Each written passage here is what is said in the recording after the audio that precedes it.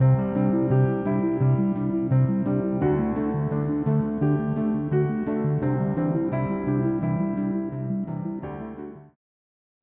Wheeler, tell us about, you mentioned it in the last segment, sympathy versus, or I guess I mentioned it, sympathy versus empathy. Yeah. Kind of flesh that out for Okay. people watching at home. I think one of the issues we face in church is that, and it kind of goes back to this, and that is the empathy is really feeling what a person feels, that kind of thing. What we do in church is that we will pray for a person who we know has a problem. We sympathize with them, but we don't hurt. We're not driven by that, you know. And I mentioned to you a few minutes ago, it's kind of like in John chapter 18, Jesus is asked the question by Pilate. He says, what is truth? Well, you know, that's a key thing when we talk about apologetics in the gospel itself. Mm-hmm. But really the theology of John is not about the what, it's about the who. Mm-hmm. And we as academicians, we as apologists ourselves, Mm-hmm. can easily lose the sight of the who for the what. Mm-hmm. And I think we don't feel, we don't sense. And you know, I mentioned this to you, it kind of goes back to that whole other side of the informational gospel. Mm-hmm. That is the incarnational aspect of it. And if you think about this, you know, the way I teach evangelism, Paul said, I gave you the gospel, but I also gave you my life. You know, 1 Thessalonians 2. On the one side, you have the information, which the truth is everything we go back to always. This is the gospel. This is what it is.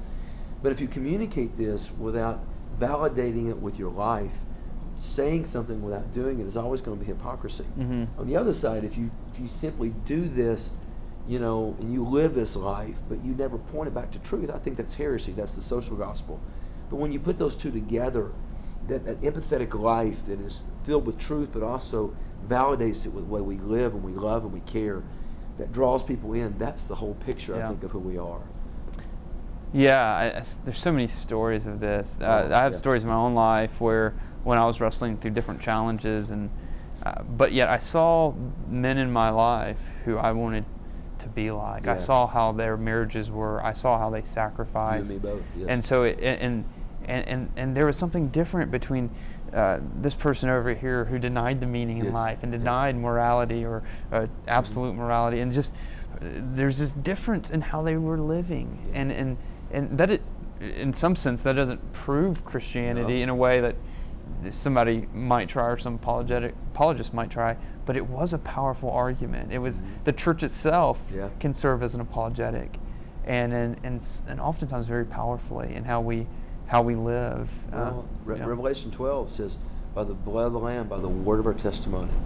You know, there's so much in that of how we do that. I had a student last semester, brilliant student, you know, and I've said this before, I don't meet too many real, you know, guys who call themselves, you know, atheists. I think most of our atheists today are just really, they're just humanists. They just want a lifestyle. They want a life with no God so they can do whatever they want to do. But this young man was amazing. He'd studied himself up. He really understood. And he told me this. He said, you know, the one thing keeping me from just stepping over that line and fully becoming an atheist, he said, I've got two roommates. He said, more than anyone I've met my whole life, these two young men walk with Jesus. He said, they share the gospel with me, but I watch them. I'm analyzing their life. He said, and because of that, it's like the word of their testimony is so powerful, it points me back to a gospel. And I'm thinking, if that gospel can change them like that, maybe I'm missing the whole point here. I mean, it's just a powerful picture of how that all kind of unites together. Yeah. You know, so. Yeah, so there's the who we are. There's who we are, and you have that, and then it's also our character. But then it's also how we say it. That's right. It's tone. There's a difference between arguing and persuading. That's right. Absolutely.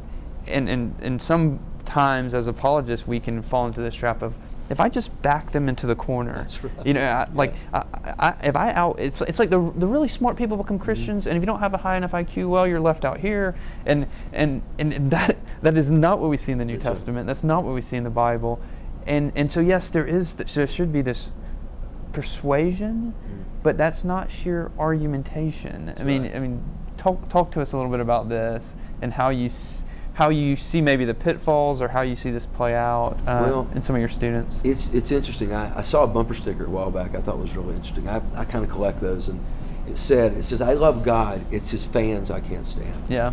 And so, you know, that's sad. That's an indictment on the church. Well, I think my students, you know, it's they're looking for truth. They're looking for the realness of this. And so often they've experienced church. They've never experienced Jesus. And I think that goes back to the basics of the gospel itself. You know, I mean, I ask students all the time, have you ever heard your mom and dad's testimony? They've never heard their mom and dad's testimony. I had 400 students a while back. I asked them that question. Only 12 had ever heard their mom and dad's testimony. They don't hear the gospel in regular conversations.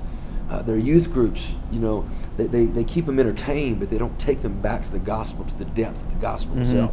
So when we get them here, you know, they're trying to transition from mom and dad's faith to their faith, and the only thing they know is church. They don't really know Jesus. They don't know the depth of the gospel itself. And so, you know, part of what we do is helping them understand the fullness of the gospel, the power of the gospel, how it changes their life, what it means to fully say yes to Jesus and to die to that. You know, of what Jesus did for us, and taking them back and then teach them how to teach that to their friends and take that back and live that in front of them. And once they fully experience the gospel, it changes their life. It changes their attitudes. It changes their heart.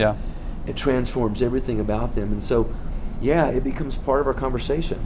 I think it was Don Carson who said, if you assume the gospel, you'll lose the gospel. Exactly right. And I think that's what happens in so many times in our churches. It's like, that's for when you become a Christian, and then you go to other things and you go to bigger things, and the gospel isn't the center that everything's built around. It's you go to your other pet projects, the new devotional material, the new study, and somehow the gospel gets pushed to the periphery.